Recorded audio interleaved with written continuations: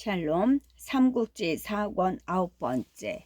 이 고성이 길게 있을 곳이 못 되는 줄은 압니다만 유벽과 공도가 우리를 반겨 맞아줄지 모르겠습니다. 그 사람들이 비록 전하를 담을 큰 그릇은 못 된다 해도 그리 앞뒤가 막힌 위인들은 아니다. 스스로 정하기라도 해야 할 판에 우리가 오는 걸 왜 마다하겠나. 유비가 서슴없이 대답했다. 장비가 옆에서 팔을 걷고 나섰다. 까짓것 안 되면 그 두 놈을 모두 요절내 버리면 되지 않소. 관우가 그런 장비를 조용히 나무랐다.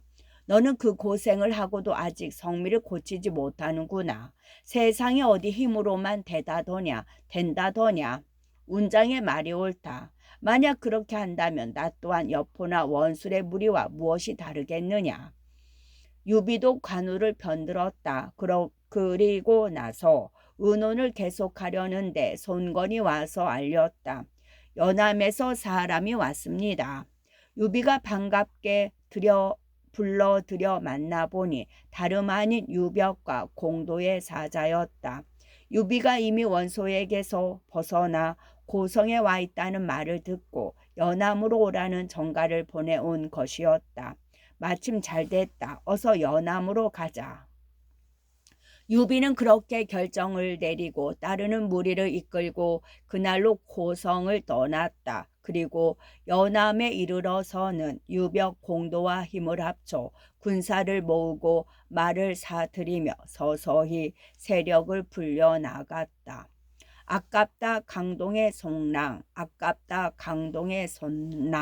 한편 원소는 유비가 형주로도 가지 않고 되돌아오지도 않자 불같이 노했다. 유비 그 귀 큰 도적놈이 이럴 수가 있느냐. 모두 어서 군사를 일으킬 채비를 하라. 내 몸소 나아가 그놈을 사로잡으리라.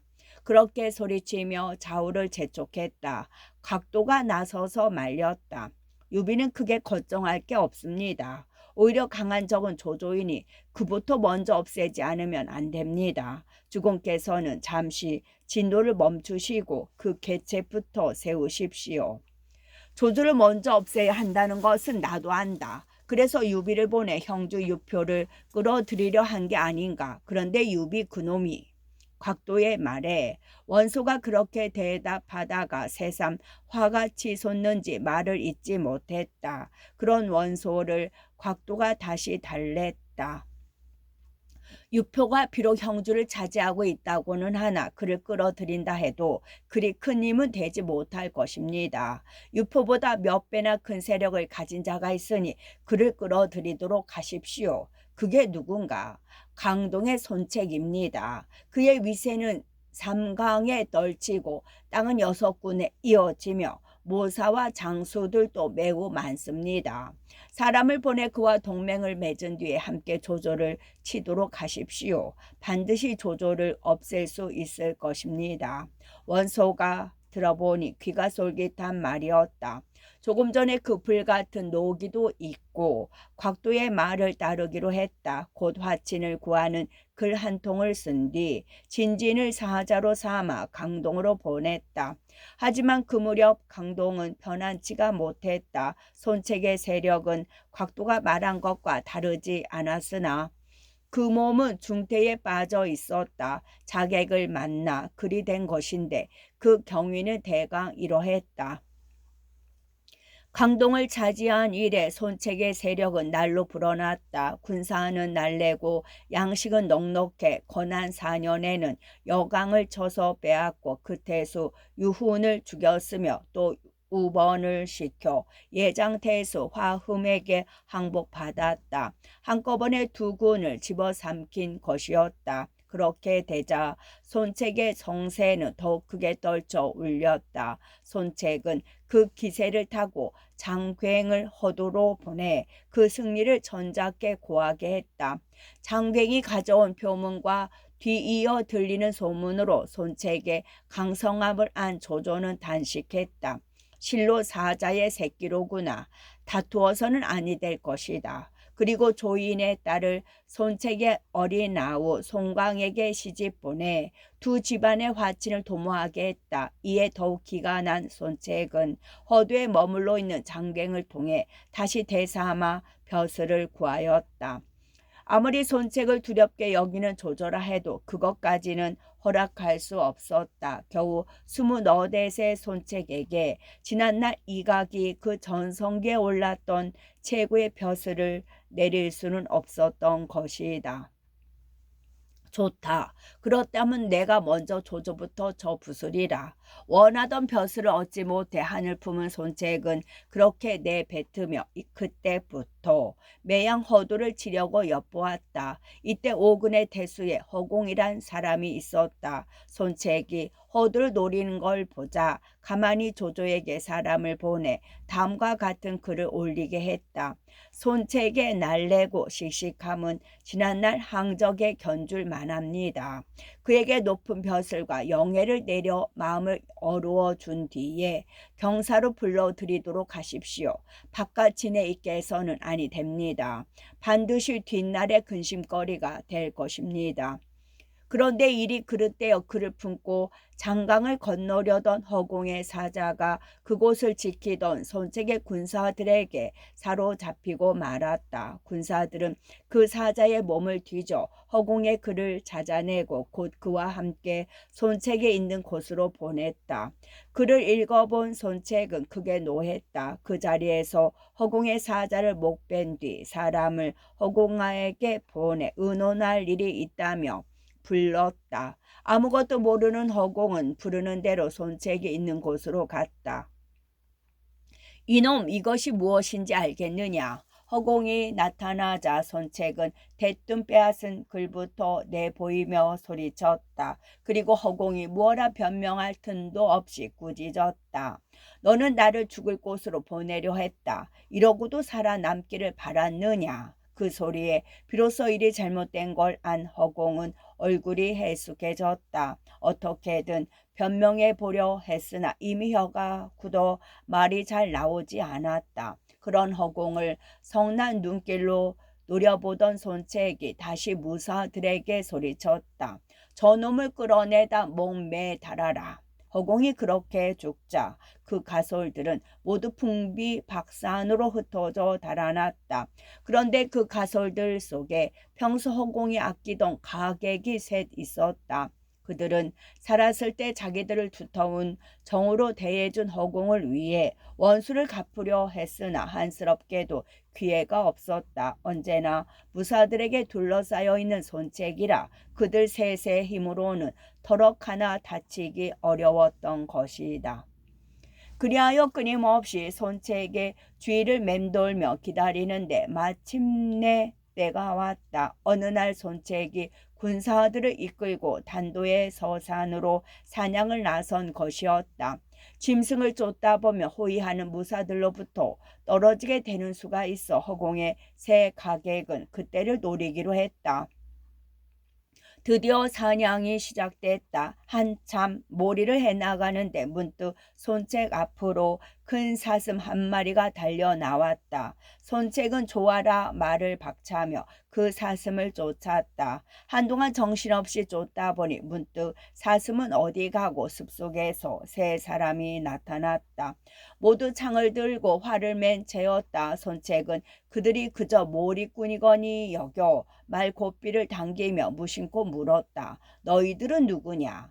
저희들은 한당 장군의 군사들로 이곳에서 사슴을 쏘고 있습니다. 세 사람이 천연덕스러운 얼굴로 그렇게 대답했다. 손책은 별 의심 없이 다시 말고삐를 당기며 놓쳐버린 사슴을 찾으려 했다. 그때 셋 중에 하나가 재빨리 창을 내질러 손책의 왼쪽 넓적 다리를 찔렀다. 손책은 한 소리 아픔과 놀라움이 뒤섞인 비명을 지르며 급히 차고 있던 칼을 뽑아 그자를 배려했다. 그러나 손책의 운이 다했는지 칼날이 빠져 달아나며 손에는 빈 칼자루만 남고 말았다. 그 틈을 놓치지 않고 다른 하나가 재빨리 활 시위에 살을 먹여 당겼다.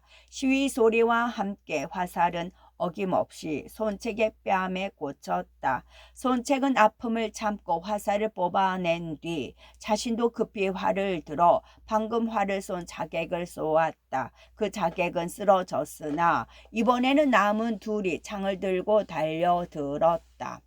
우리는 호테스 허공의 보살핌을 받아온 사람들이다. 이제 억울하게 죽은 주인의 원수를 갚고자 이렇게 왔다.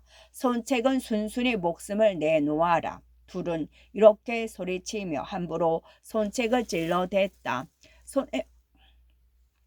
손에 별다른 무기를 갖지 못한 손책은 활대를 휘둘러 창을 막아내는 한편 길을 아사 달아나려 애썼다. 그러나 이미 여러 곳을 다친 데다 두 사람은 또 죽기로 덤비며 물러서지 않으니 손책은 다시 몇 곳에 더 창을 막고 말 또한 제대로 닫지 못할 만큼 다쳤다.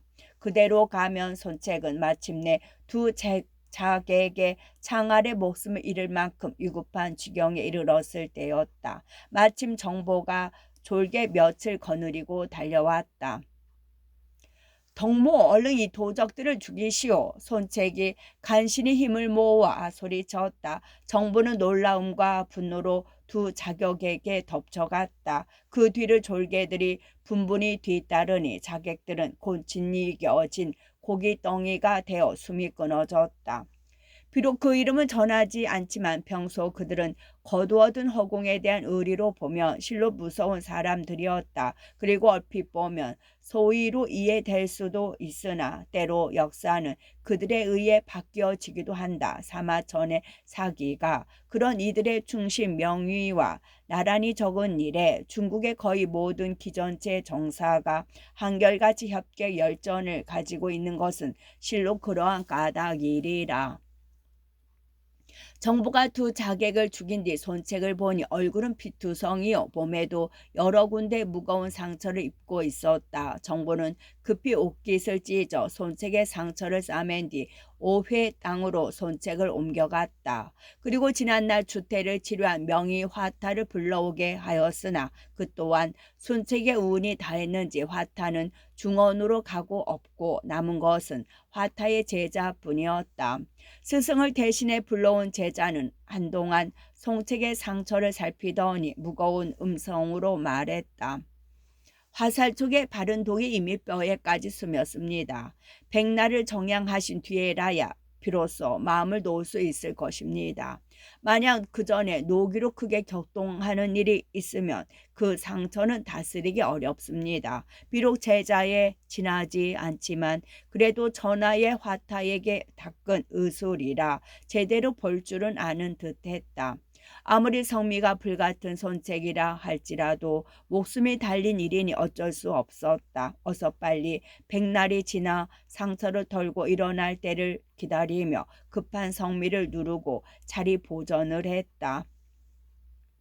그렇게 한숨을 날 쯤 보냈을 무렵이었다. 갑자기 허도에 가있던 장갱으로부터 사자가 달려왔다. 비록 자리 보전을 하고 누웠다고는 하나 눈과 귀가 멀쩡한 손책이 그 일을 모를 리 없었다. 궁금함을 참지 못해 사자를 불러들여 허도의 소식을 물었다. 이런저런 소식을 전하던 끝에 사자가 눈치 없는 말을 했다. 조조는 몹시 주공을 두려워하고 그 아래에 있는 모사들도 한결같이 주공께 경복해 마지 않습니다. 그런데 단 한 사람 곽가만이 주공을 대단찮게 말하고 있습니다. 곽가가 무슨 소리를 하던가. 문득 손책이 성난 기색으로 깨물었다. 그제서야 잘못을 알아차린 사자는 차마 입을 열지 못했다. 더욱 성이 난 손책은 그런 사자를 매섭게 재촉했다. 마침내 견디지 못한 사자가 들은 대로 털어놓았다.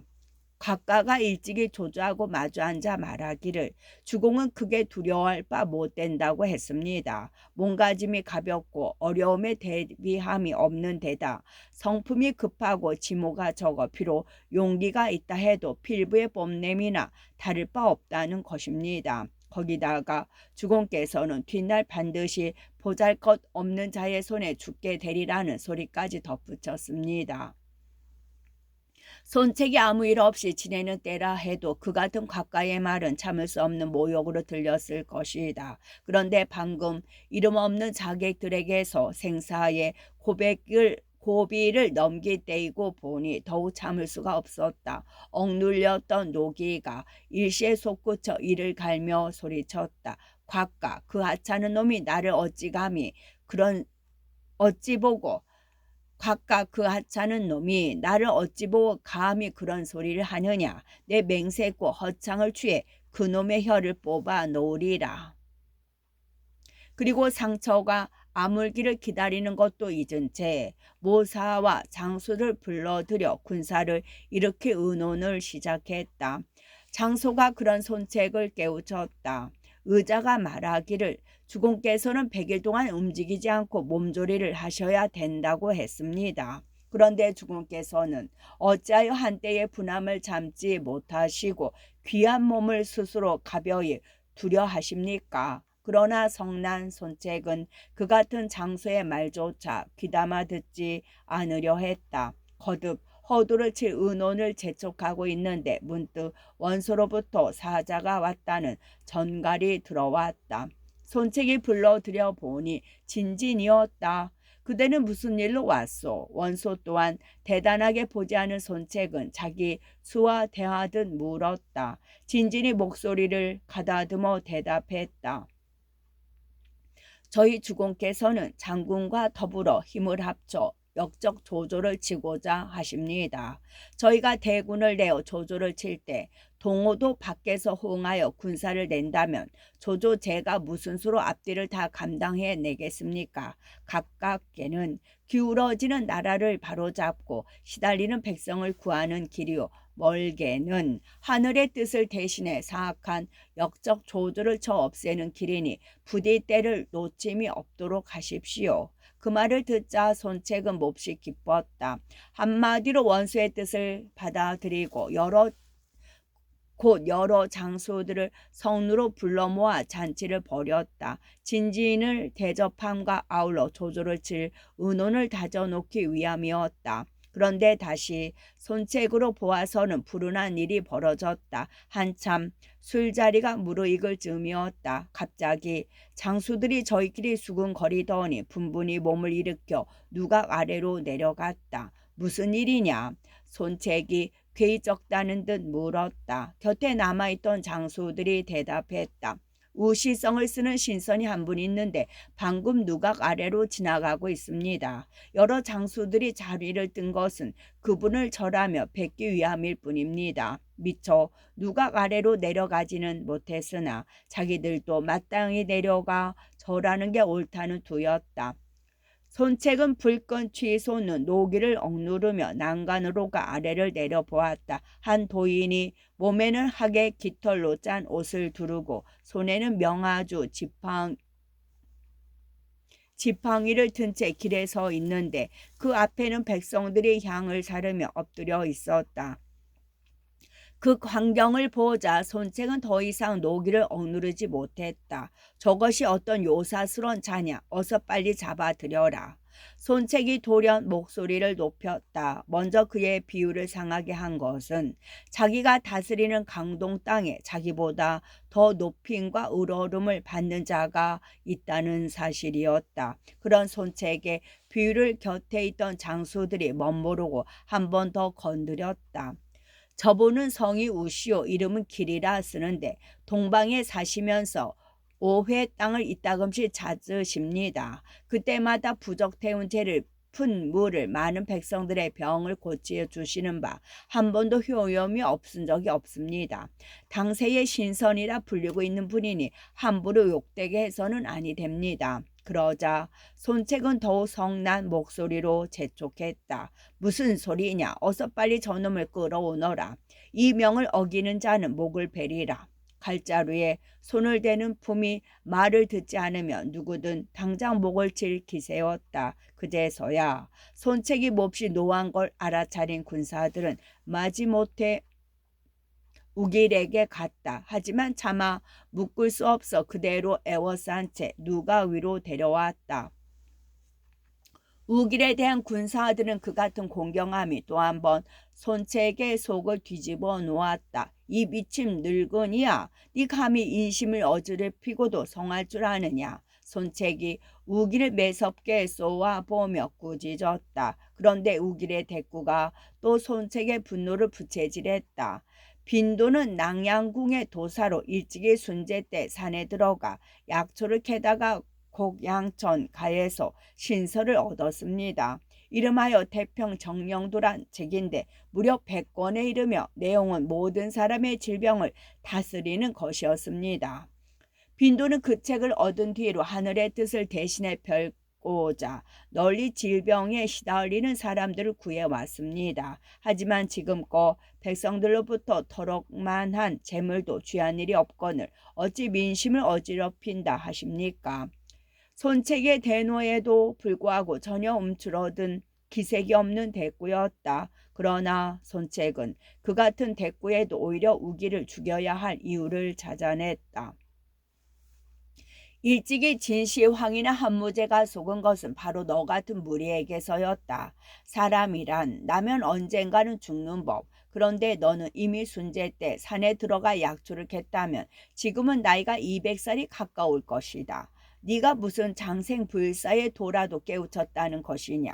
그래 놓고도 백성들의 마음을 어지럽게 하지 않았다고 짓거릴 수 있느냐. 또 너는 백성들로부터 터럭 하나 취한 게 없다고 하지만 네 손으로 밥 깔고 길쌈하지도 않았다. 그런데도 옷을 입고 밥을 먹으니 그렇다면 그 옷과 밥은 어디서 얻은 것이냐. 백성들에게서 난 것이 아니라면 하늘에서 떨어지기라도 했단 말이냐. 이놈을 보니 그 간교한 거짓말이며 요망한 짓거리가 바로 지난날 장각이 이끌던 황건의 무리와 같다. 만약 지금 죽이지 않는다면 반드시 뒷날에 근심덩이가 될 것이다. 그러고는 좌우를 돌아보며 매섭게 영을 내렸다. 저놈을 끌어내 목을 베어라. 그 말에 장소가 다시 나서 말렸다. 우길이 정말로 신선이라고 믿었다기보다는 그를 따르는 강동의 민심을 헤아린 것임에는 틀림없었다. 우도인은 이미 강동에 있은 지 10년이 되나 아직 이렇다 할 잘못을 저지른 적이 없습니다. 죽여서는 아니 됩니다. 이러한 무리는 요망한 것들이라 사람 축에 들 수가 없소이다. 내가 죽인다 한들 개나 돼지를 잡는 것과 무엇이 다르겠소. 손책이 이미 뜻을 정한 듯 냉담하게 말했다. 백성들은 말할 것도 없고 장수며 모사들까지 우길에게 쏠리는 것이 더욱 그 같은 뜻을 굳게 해준 것 같았다. 하지만 우길 또한 범상한 인물은 아니었다. 남의 이름을 훔쳤었건 아니건 간에 그에 대한 사람들의 믿음은 대단해서 손체 휘하의 여러 관리들까지도 우기를 살리려고 나섰다. 거기다가 사자로 온 진지마저 말리고 나서니 손책은 차마 그 자리에서 우기를 죽일 수 없었다. 좋다. 저 요망한 늙은이의 죄를 100일 아래 밝힌 뒤에 목베리라. 우선은 옥에 가둬두어라. 마지못해 우길의 목숨을 살려주면서도 아직 노기가 식지 않은 손책은 그렇게 영을 내렸다. 그 뜻밖의 일로 잔치는 곧 흐지부지 되고 말았다. 손책의 여러 관원들은 오래자나 모두 흩어지고 진진도 시기 위에 역관에 들었다. 손책 또한 불쾌한 기분을 씻지 못한 채 부중으로 돌아갔다. 그런데 손책 가까이서 일하는 자 하나가 바깥에서 있었던 그 일을 안에 있는 오태 부인에게 전했다. 손책이 우기를 죽이려고 가둬두었다는 말을 들은 오태 부인은 놀랐다. 급히 사람을 보내 손책을 후당으로 불러들이고 말했다. 내가 듣자니 네가 우길 선인을 묶어 옥에 내렸다 더구나 안 될 일이다. 그 사람은 일찍이 많은 사람의 병을 고쳐 군민이 모두 높이고 우러러는 바니 결코 해쳐서는 아니 된다. 아닙니다. 그자는 요사스런 늙은이로 요술을 부려 백성들의 마음을 어지럽힌 자인이 없애야 합니다. 손책이 그렇게 잘라 말했다. 평소에 효자로 이름난 그였으나 이번만은 양보할 수 없다는 태도였다. 그러나 오태 부인은 2번, 3번 아들에게 신선을 죽이지 말라 당부했다. 어머님께서는 바깥 사람들이 함부로 짓거리는 말에 너무 마음 쓰지 마십시오. 이 일은 제가 알아서 처결하겠습니다. 마침내 손책은 그렇게 말끝을 흐리고 후당을 나왔다. 하지만 홀로 된 어머니의 당부라 아무래도 소홀할 수 없었다. 다시 한번 만나보고 뜻을 정하려고 옥리를 불러 우기를 데려오게 했다. 그런데 이번에는 옥리들의 선심이 있어 꼬아놓고 말았다. 전부터 우기를 우러러 믿던 옥리들은 비록 손책의 영을 어기지 못해 그를 옥에 가두기는 하였으나 죄인에게 씌울 칼도 차코도 없이 그냥 두었다. 그러다가 손책이 갑자기 데려오라고 하자 부랴부랴 칼을 씌운다. 차코를 채운다. 법석을 떠느라 늦어지고 말았다. 죄인을 데려오는데 어찌하여 이리 늦느냐. 기다리던 손책이 짜증난 목소리로 물었다. 한 눈치 없는 관원이 무심코 까닭을 밝혔다. 칼을 씌우고 착고를 채우느라 늦었습니다. 어머니의 당부로 간신히 숙여있던 손책의 노기가 다시 천길이나 솟았다. 자신의 언명에도 불구하고 옥리들까지 그렇게 우기를 대접할 정도라면 나머지 일반 백성들의 우길에 대한 우러름과 믿음은 보지 않아도 뻔했다. 거기서 손책은 한 위정가로서 질서와 풍속에 대한 우려 이상의 격렬한 시기심까지 느꼈다. 그 같은 손책의 분노는 먼저 옥리들에게 떨어졌다. 손책은 우기를 담당한 옥리에게 매서운 꾸짖음과 매질로 벌을 내리고 다시 다른 옥리들에게 엄명을 내렸다. 죄수에게 칼과 착고를 채우지 않는 것은 사사로운 정으로 국법을 어기는 짓이다. 이후 다시 어기는 자는 그 목을 어깨 위에 남겨두지 않으리라. 그렇게 되자 아무리 우기를 우러르는 옥리들이라도 어쩌는 수가 없었다. 다시 옥으로 데려가라는 손책의 영이 떨어지자 우길에게 큰 칼을 씌우고 착고를 채워 가두었다. 오태 부인이 사이에 들어 우길이 곧 풀려날 줄 알았던 손책의 모사와 장수들은 크게 당황했다. 그 중에는 우길을 진심으로 신선이라고 믿는 사람도 있었지만 식견 있는 사람은 그걸 믿지 않으면서도 우길에 대한 백성들의 믿음과 우러름이 두려워 그를 살리는 일에 나섰다. 이렇다 할 뚜렷한 죄목 없이 백성들이 아끼고 따르는 자를 죽여 손책이 백성들로부터 미움받게 되는 것이 안타까웠기 때문이었다. 먼저 장소를 비롯한 수십 명의 관원들이 나란히 이름을 쓴 글을 올려 우길의 목숨을 빌어보았다. 그러나 읽고 난 손책의 응답은 냉랭하기만 했다. 공들은 모두 책을 읽는 사람으로서 어찌 이 이치를 모르시오. 지난날 교주 자사였던 장진이라는 자는 사교를 믿고 따르다가 끝내는 적에게 죽임을 당하였소. 북을 치고 향을 사르며 제사를 지냄으로써 귀신의 힘을 빌어 적을 막으려 들다 그리 된 것이오. 원래 그런 일은 나라에 아무런 도움이 없건만 그대들은 그것을 스스로 깨닫지 못하고 있소이다. 나는 이제 우기를 죽여 바른 생각이 요사스러운 가르침에 혼란되는 일이 없도록 하려 하오. 손책의 뜻이 더 움직일 수 없어 굳어 있음을 짐작한 여범이 다른 방도를 냈다. 제가 알기로 우도인은 능히 바람을 일으키며 비를 부를 수 있다고 합니다. 지금 마침 가뭄이 심하니 그로 하여금 비를 빌어 자신의 죄를 씻도록 해보는 게 어떠하겠습니까? 손책도 그것은 마다하지 않았다. 우길에게 그 같은 힘이 있을 리 없다고 믿는 그에게는 오히려 그 같은 시험이 우길을 죽일 알맞은 구실을 주리라 여긴 것이었다. 그것이라면 좋소. 나도 그 요사한 것이 어떻게 하는지 보고 싶소. 손책은 그렇게 허락하고 옥에 있는 우기를 끌어낸 뒤 칼과 착고를 풀어주게 했다. 네가 진정으로 요술을 써서 백성들의 마음을 어지럽게 하지 않았다면 그 증거를 보여라. 이제 너를 위해 제단을 쌓아줄 터이니 너는 하늘에 빌어 비를 오게 해야 한다. 그 같은 손책의 말을 들은 우길은 곧 몸을 깨끗이 씻고 새 옷으로 갈아입었다. 그리고 손책이 사람을 씻겨 쌓아준 제단 위에 오르더니 밧줄을 가져다 스스로를 묶었다. 온유월의 뜨거운 햇빛 아래 서였다. 제단 주위에는 소문을 듣고 달려온 사람들이 구름처럼 몰려서서 우길의 신통령을 보려 했다. 가까운 거리와 골목까지 온통 사람들로 메워질 지경이었다. 우길은 그런 사람들을 지그시 내려다 보다가 담담하게 말했다. 나는 석자 비를 빌어 가뭄에 시달리는 만백성을 구하겠지만 내 한 몸만은 끝내 죽음을 면하지 못할 것이다. 그럴 리가 있겠습니까? 만약 영험함을 보이신다면 주공께서도 반드시 도인을 우러르고 따를 것입니다. 우길의 말을 들은 사람들은 모두 그렇게 위로했다. 그러나 우길은 무겁게 고개를 가로저었다. 아니다. 내 운수가 이미 다했으니 결코 빠져나갈 수 없을 것이다. 그 말과 함께 지그시 눈을 감았다. 잠시 후에 손책도 제단 앞으로 왔다. 그러나 그는 우길의 신통력을 보러 온 것은 아니었다. 만약 정오까지 비가 오지 않거든 저 요망한 늙은이를 태워 죽여라.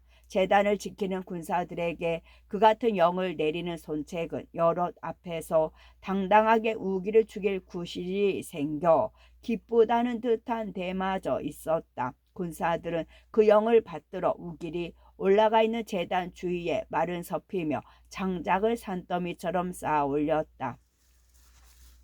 그 사이 시간은 흘러 어느덧 정오가 가까웠다. 문득 미친 듯한 바람이 일며 사방에서 차차 검은 구름이 몰려들기 시작했다. 그걸 보자 손책은 급한 마음이 들었다.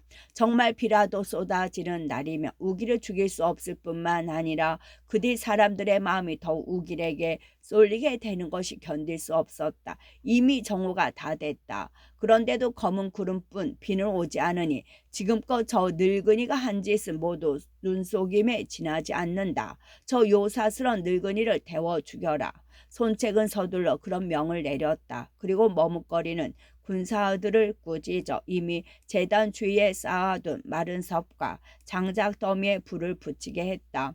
거센 바람을 타고 불길이 곧 세차게 타올랐다. 그대로 두면 제단 위에 우길은 형체도 없이 태워버릴 것 같은 불길이었다. 그런데 이상한 일이 벌어졌다.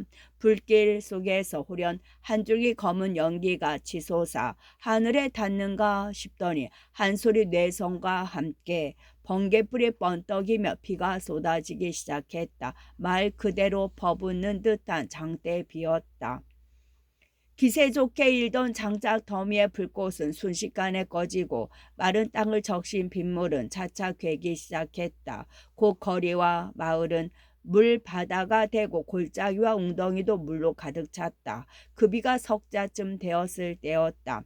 장작 더미에 둘러싸인 제단에 반드시 누워있던 우길이 크게 한 소리를 질렀다. 신기하게도 비가 멎고 구름이 걷히더니 다시 햇살이 따갑게 비치었다.